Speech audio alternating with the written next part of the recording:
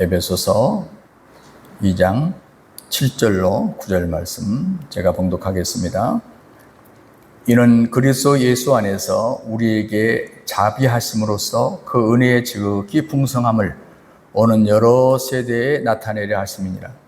너희는 그 은혜에 의하여 믿음으로 말미암아 구원을 받았으니 이것은 너희에게서 난 것이 아니요 하나님의 선물이라. 다 같이 행위에서 난 것이 아니니 이는 누구든지 자랑하지 못하게 함이라. 아멘. 스펜스 존슨이라는 분이 몇 권의 베스트셀러를 냈는데요. 우리나라에서 잘 아는 아주 얇은 책입니다. 누가 내 치즈를 옮겼을까 책인데,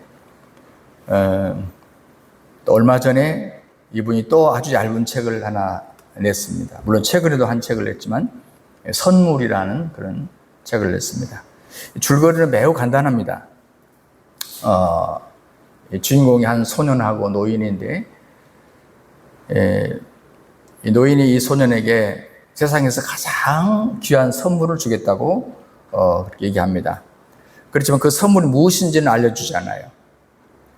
이 소년은 그 선물을 찾기 위해서 노력합니다만 찾지 못한 채 시간이 흘러갑니다. 그리고 그러다 보니까 또 잊어버렸어요. 세상 세파에 어려움을 당하다 보니까 그 노인의 말이 생각이 나요.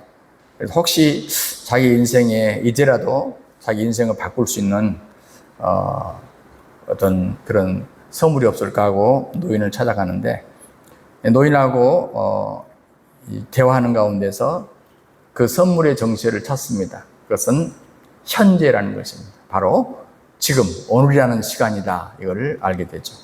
우리 영어로 선물이라는 말과 이 현재라는 말은 present, 같은 스펠링까지 똑같은 그런 단어입니다. 그래서 아마 이 작가가 여기에서 착안한 것 같아요. 그래서 책 원래 제목은 The Present입니다.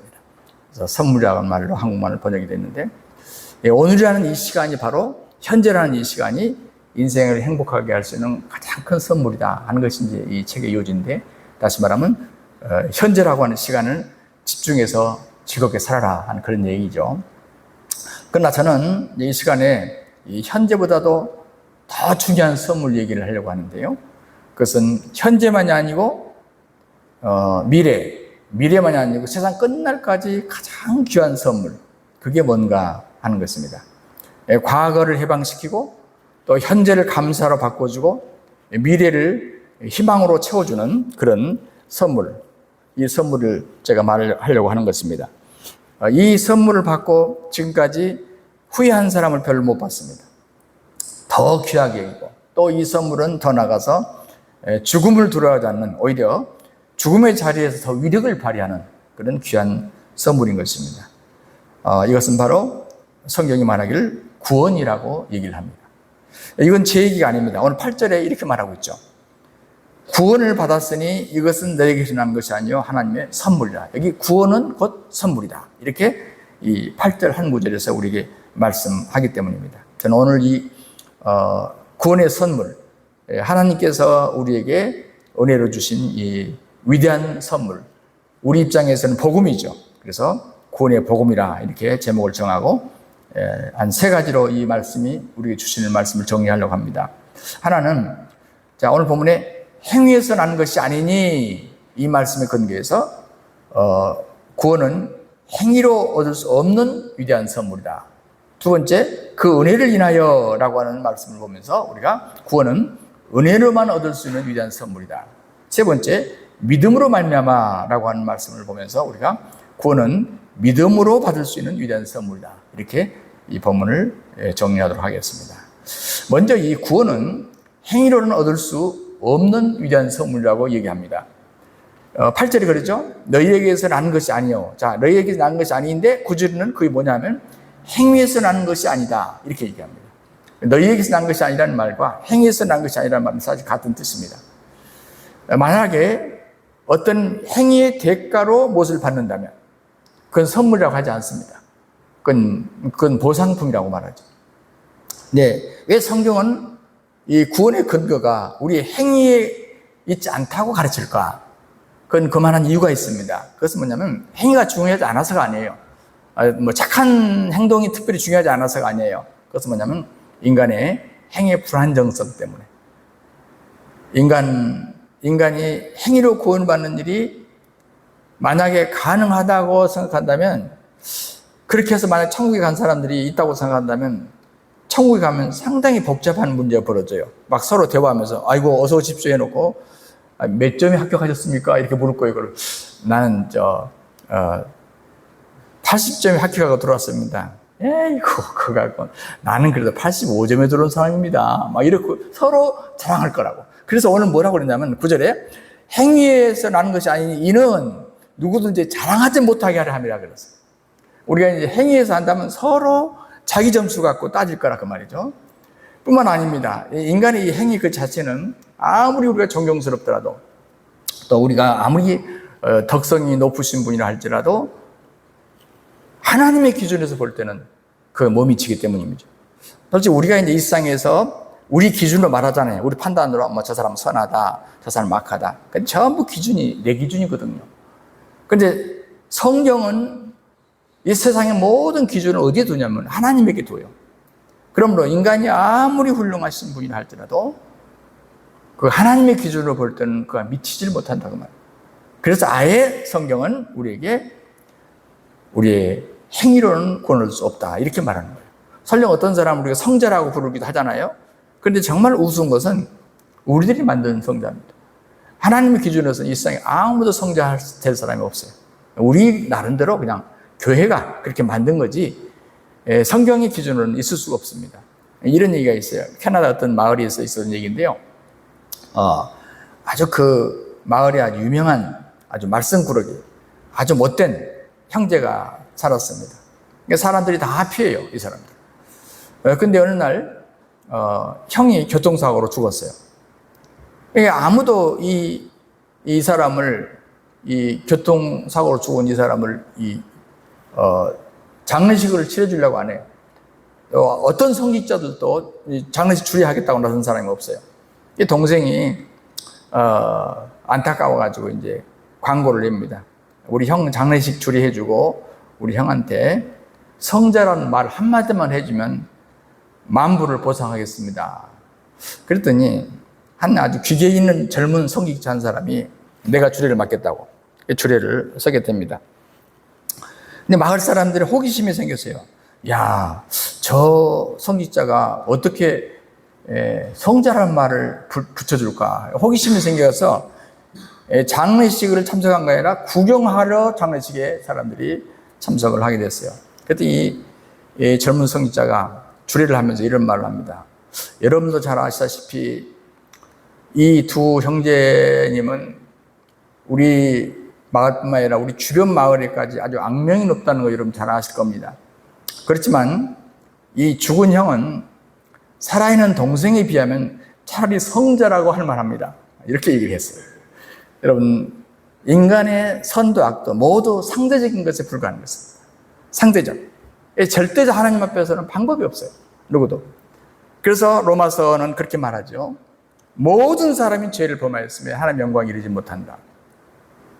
또 의인은 없나니 하나도 없다. 이 로마서가 강조한 핵심입니다. 핵심. 그러니까 이건 무슨 얘기냐면 하나님의 기준으로 볼 때 그렇다 그 말이죠. 그러므로 인간의 행위를 근거로 구원받을 사람은 아무도 없는 것입니다. 그러다 보니까 사람들이 어떻게든지 간에 꼭 하나님을 가게 주인처럼 혹은 뭐 하나님을 장사꾼처럼 취급하시는 분이 있어요. 그래서 어떻게 내가 좀 공로나 내 업적을 좀 가지고 하나님의 은혜를 입어볼까 이런 사람이 있습니다. 그러나 하나님은 가게 주인이 아니에요. 장사꾼이 아닙니다. 우리들이 어떤 가치 있는 것도 공로도 어떤 자격도 우리가 생각하는 자격, 선행도 도덕도 철학도 도무지 이분을 설득시킬 길이 없습니다. 어떤 분은 하나님을 사장 취급합니다. 그래서 이 사장님에게 좀 잘 보이면 내가 좀 큰 은혜를 입지 않을까 하는 그런 분들도 있어요. 여러분, 그러나 하나님은 우리를 종업원으로 부르신 것이 아닙니다. 하나님은 우리를 가족으로, 우리 아들과 딸로, 그리고 그리스도의 신부로, 더 나아가서는 유업을 입을 상속자로 주를 부르었다고 얘기를 합니다. 이 하나님을 어떤 사람은 도깨비 방망이처럼 취급합니다.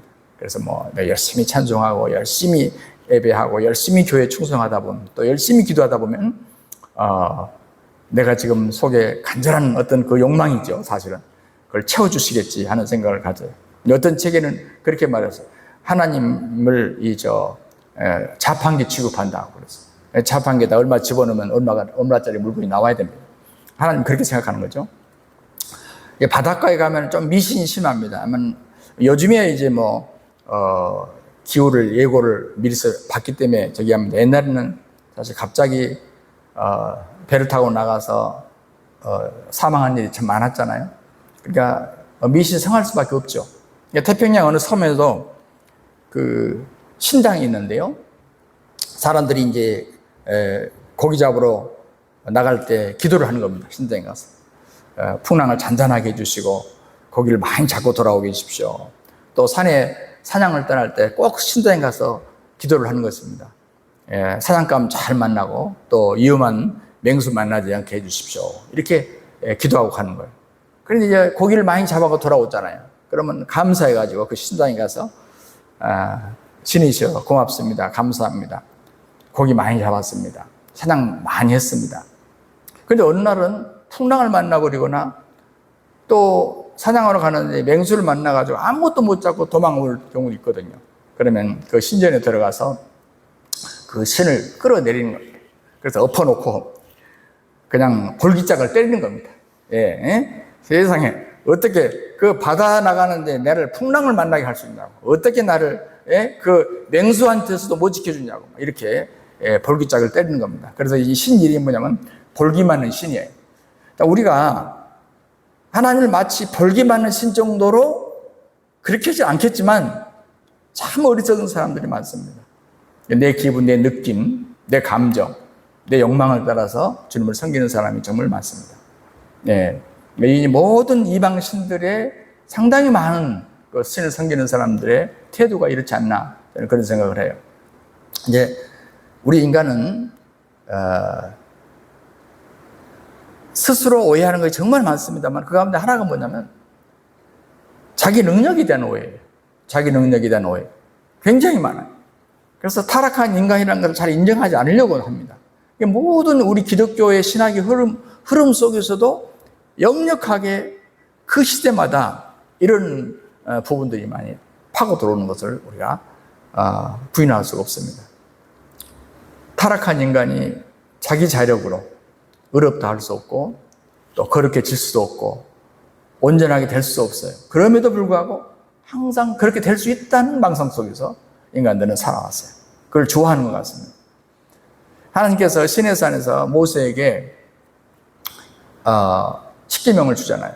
그러니까 이제 유대인들은 그 외에 모든 율법을 한 613개로 봅니다. 그러니까 613개의 율법이 우리에게 주어졌어요. 그러니까 에스라 율법 선생님 그 이후에 율법을 찾아서 율법이 돼서 백성들에게 회개를 촉구하고 했던 그 이후로 유대인들은 상당히 그 율법에 창념해 살죠.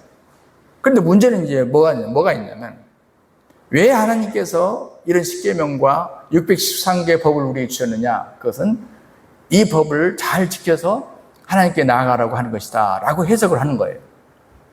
그런데 이제 문제는 뭐냐면 인간의 힘으로는 절대 이 법을 지킬 수가 없는 거예요. 지킬 능력 자체가 안 되는 거예요. 그럼 하나님이 생각해 보세요. 아니 지키지도 못할 법을 지키라고 우리에게 법을 주셨냐? 그럼 하나님은 우리를 가지고 노는 것밖에 더 됩니까? 그래서 율법에 대한 해석을 우리가 잘 해야 되는 것입니다. 하나님이 우리에게 계명과 율법을 주신 것은 뭐 때문이냐? 이제 신약이 와서 사도 바울이 끊임없이 우리에게 말씀하는 거예요. 그건 뭐 때문인가? 우리가 율법 앞에 서게 될 때 우리가 벌거벗은 모습을 보게 되고 그리고 우리 자신이 얼마나 무능함을 이 법 하나도 지킬 수 없음을 깨달으라고 우리에게 주셨다라고 하는 것이 사도 바울의 가르침인 것입니다. 그래서 성경에는 법을 다 지키다가 하나만 어겨도 다 지키지 못한 것이다. 우리 여성들이 이렇게 그 진주 목걸이를 이렇게 달잖아요. 여러 가지 진주가 있습니다. 그 가운데 하나의 실이 끼어져 있는데 여러분 이 실이 하나 떨어지나 두 군데, 세 군데 떨어지나 진주는 쏟아지는 건 똑같아요. 하나만 떨어져도, 실이 한 군데만 떨어져도 모든 진주는 쏟아지게 돼 있어요. 뭐 적절한 비유인지는 모르겠지만 우리가 하나님 앞에서는 99가지를 잘 지켰어도 한 가지만 범했을 때 성경은 말합니다. 분명하게. 모든 것이 다 어겨진 것이다. 그러니 어떻게 지킬 수 있겠어요? 그래서 성경은 그렇게 말하는 것입니다. 율법이 왜 우리에게 주어지는 것이냐? 빛이 없을 때 내가 무슨 이 앞에 오물이 있는지, 내게 어떤 오물이 묻었는지 알지 못하지만 빛이 비춰질 때 우리의 허물을 알게 되고 우리 앞에 있는 오물이 보인 것처럼 율법 자체가 악하다는 게 아니다. 율법 자체는 선한 것이다. 이게 성경의 말씀이에요. 그렇지만 그것은 우리에게 지키라고 주은 것이 아니라 빛을 비춰주는 것이다.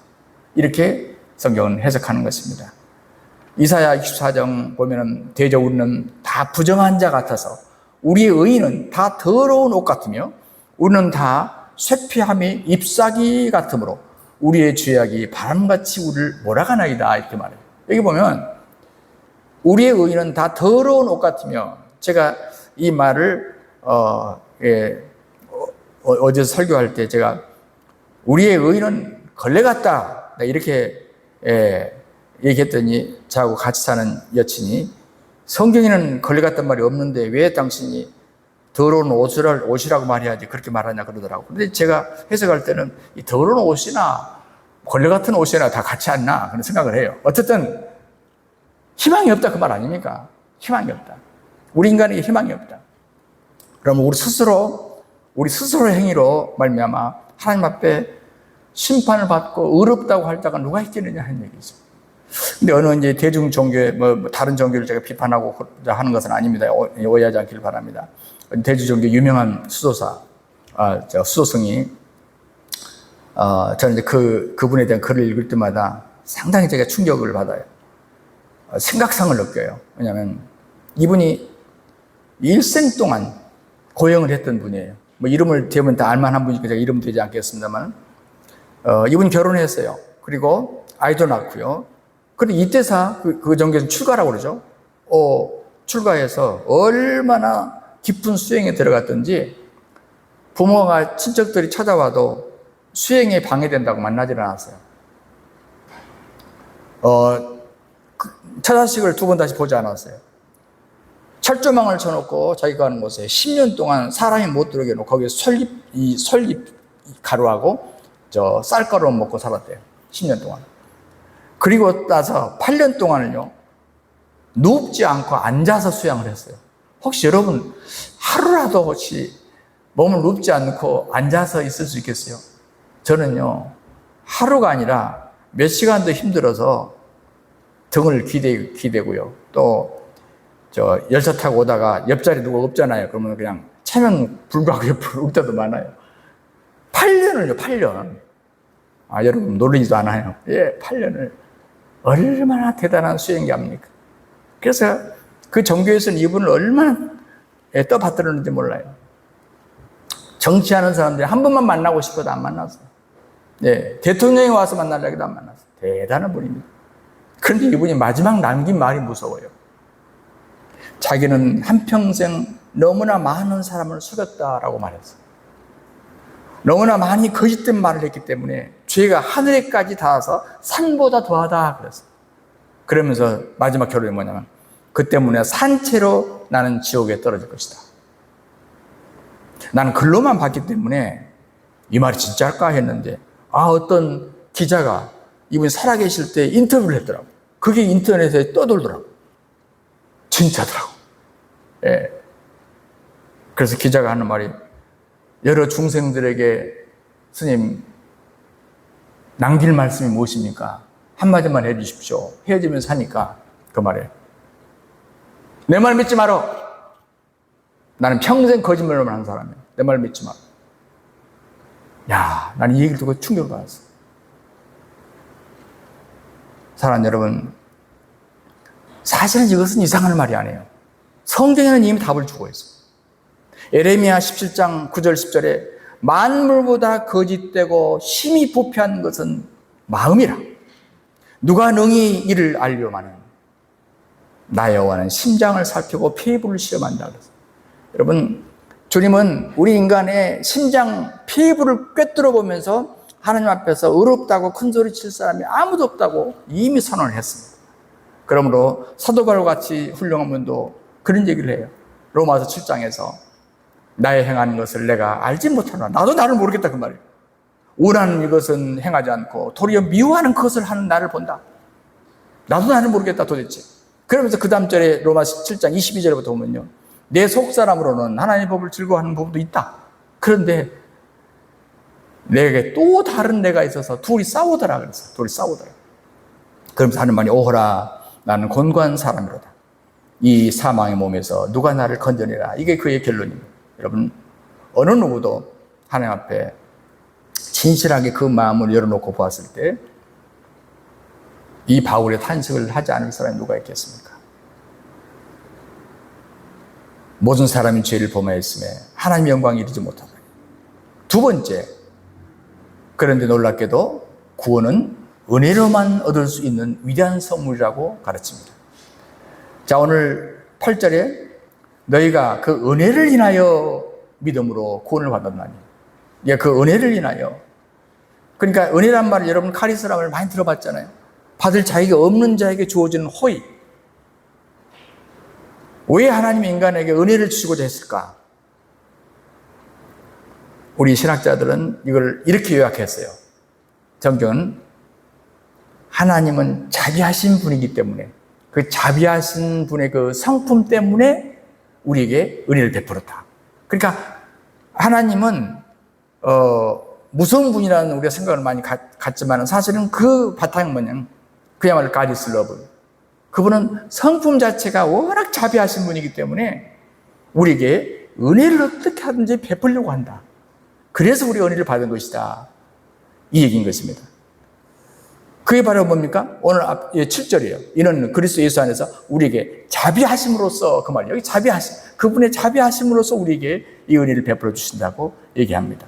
그러니까 하나님께서 볼 때 이렇게 우리에게 자비한단 말은 뭐죠? 불쌍히 여긴단 말이죠. 은혜란 말이 불쌍히 여긴단 말이죠. 우리를 불쌍히 여기는 것 외에 우리 인간을 구원할 길이 없더라고 말이죠. 그 외에는 다 절망이라고 말이죠. 1700년 중엽에 영국의 한 노예상인이 살았습니다. 그런데 이 선장도 하고, 그런데 이 사람 어느 날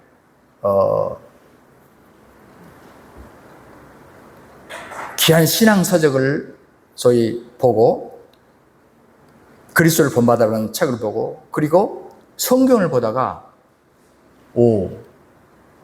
내가 지금 노예상을 했는데 내가 하나님 앞에 노예네, 죄의 노예네 하고 죄를 깨닫게 됩니다. 그래서 철저하게 십자가 앞에 무릎을 꿇게 되고 나를 위해서 피를 흘리신 그분의 사랑을 깊이 깨닫습니다. 그리고 비로소 용서에 대한 확신을 갖게 나서 소위 오늘 우리가 부른 찬송입니다. 305장 Amazing Grace.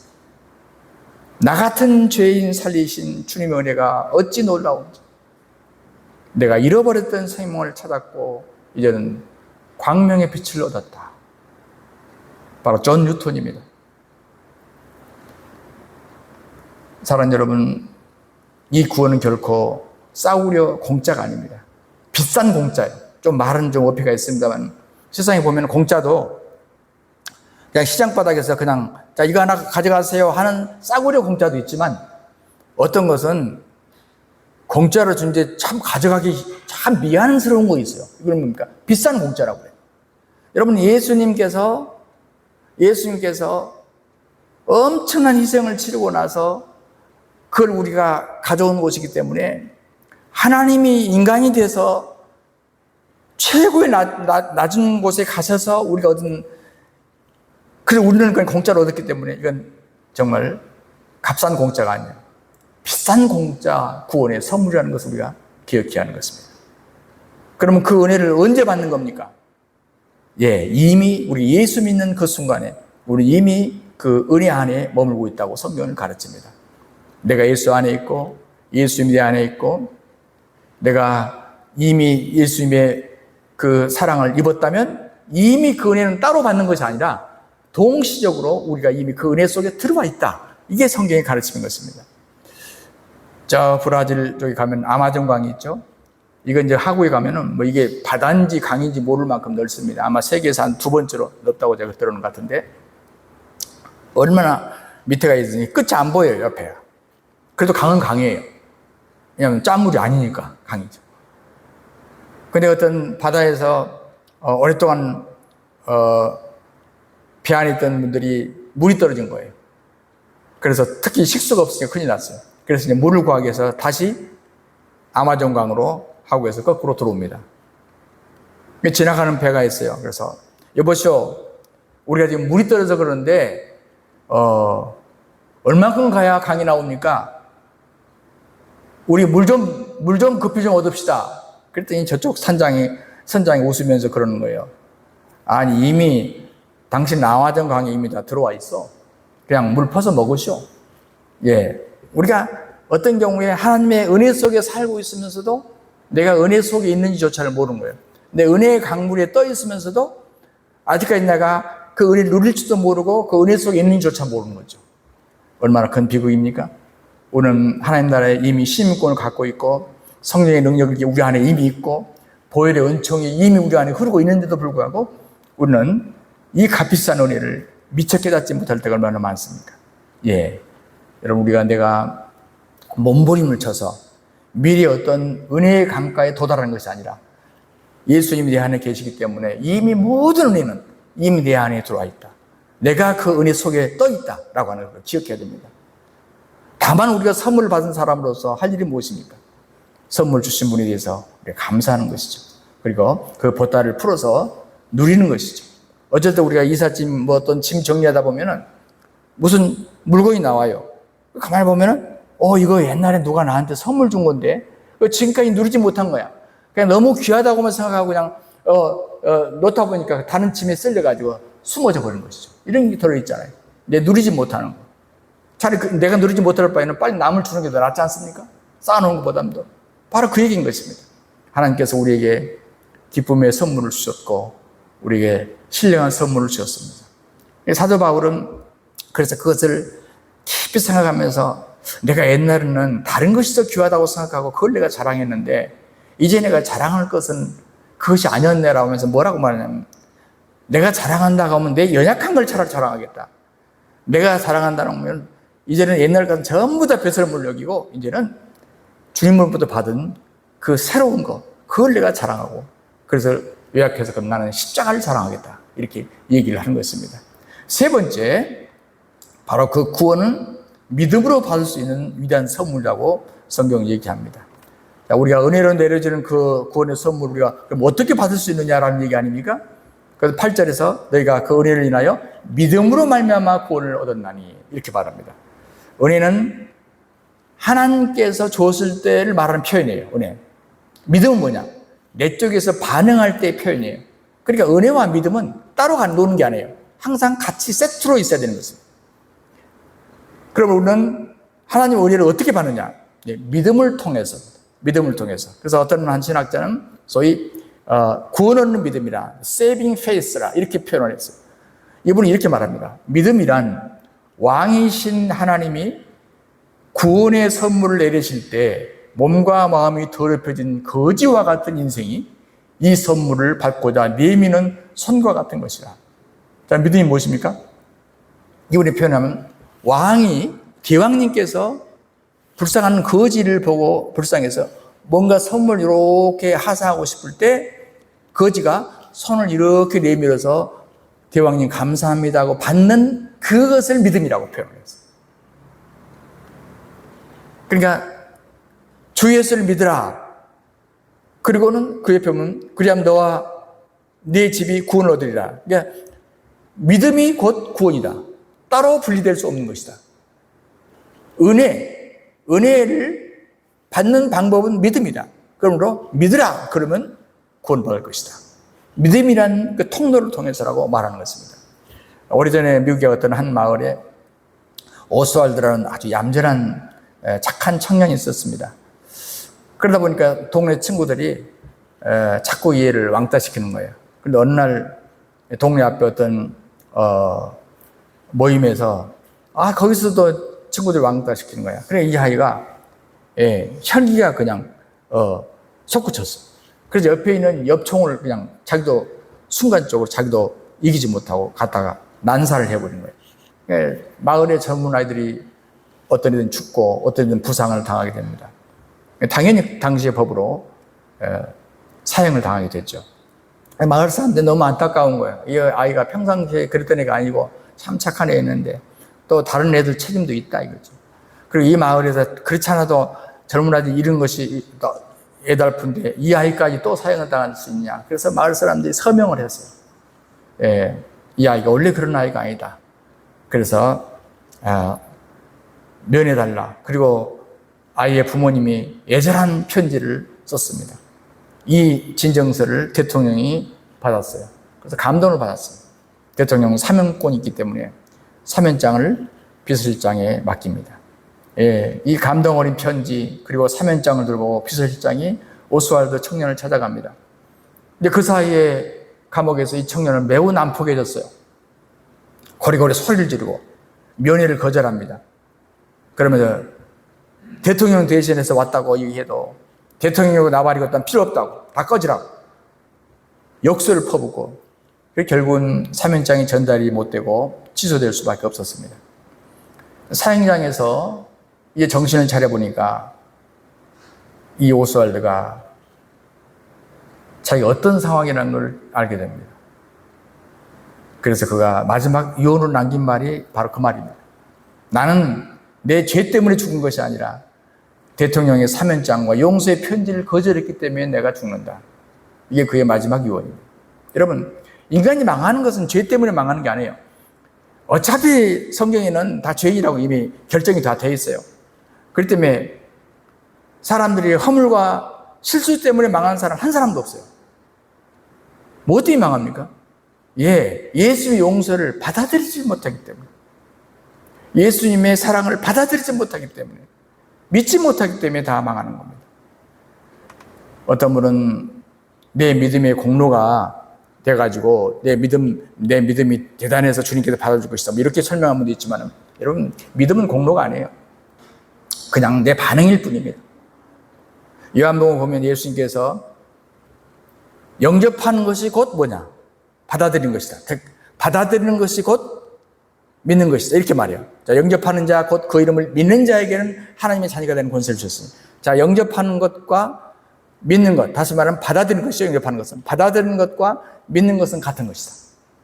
그러니까 믿음이 뭐냐? 호의에 대해서 받아들이는 것이다. 이렇게 성경은 말하는 것입니다. 여러분, 불이 타 죽게 생겼는데 누가 막 달려들어가지고 나 빨리 업으라고. 그럼 감사합니다 하고 업고 빨리 나가야 되는 겁니다. 물이 빠져서 허우적거리고 있는데 누가 밧줄을 던지면서 잡으라고. 그러면 감사합니다 하고 그 밧줄을 잡는 것이죠. 이것이 믿음입니다.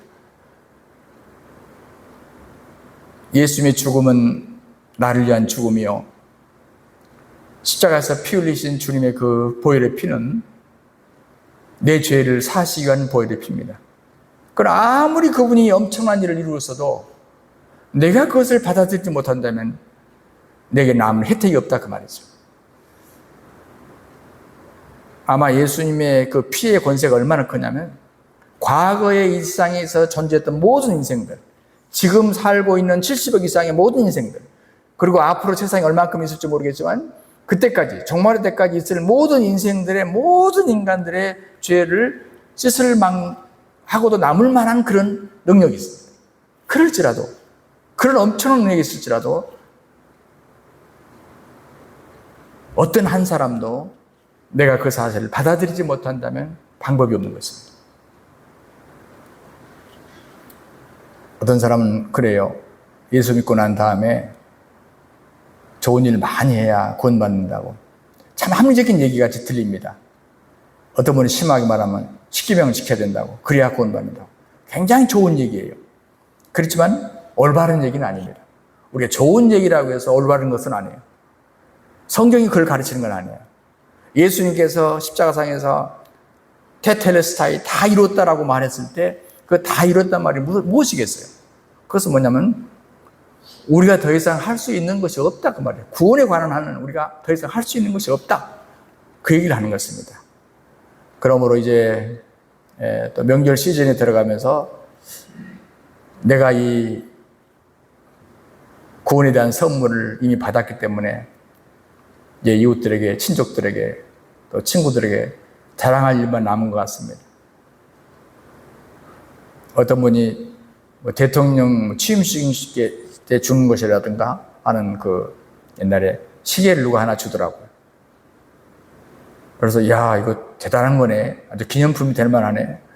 라고 제가 간직한 적이 있는데 나중에 보니까 뭐 러너하드 갖고 있더라고요. 그러니까 이게 짝퉁들이 많은가 봐요. 여러분, 대통령이 하사했다는 기념품 하나도 그렇게 자랑하잖아요. 귀한 거라고 자랑하잖아요. 그러나 구원받은 사실이 얼마나 놀랍습니까? 우리가 절망에 빠진 나라를 구원했을 때 우리는 애국자라고 말하고 구국의 영웅이라고 얘기합니다. 예. 우리가 내 친구들을, 내 가족들을 한 사람이라도 구원해낼 수 있다면 그게 바로 구원의 영웅이죠. 한 얘기만 하고 마치겠습니다. 옛날에 제가 어떤 분에게 교회 나오시라고 그러니까 좋은 말씀 하시더라고요. 제가 죄 좀 청산하고 깨끗하게 된 다음에 내 교회 나가겠습니다. 담배도 끊고 술도 좀 정리하고 나가겠습니다. 제가 그랬습니다. 일주일에 목욕을 몇 번 하십니까? 뭐 거의 뭐 하루 이틀 사이에들 목욕탕 갑니다. 그리고 목욕탕에 들어가기 전에 집에서 때 다 미시고 깨끗하게 한 다음에 목욕탕에 들어가시죠. 때가 있으니까 목욕탕에 가죠. 그거 보세요. 때가 있으니까 목욕탕에 가는 거예요. 그럼 우리가 교회가 죄를 다 씻고 교회를 가는 게 아니고 교회가 바로 목욕탕이에요. 그러니까 죄가 있는 상태로 교회 가는 겁니다. 예.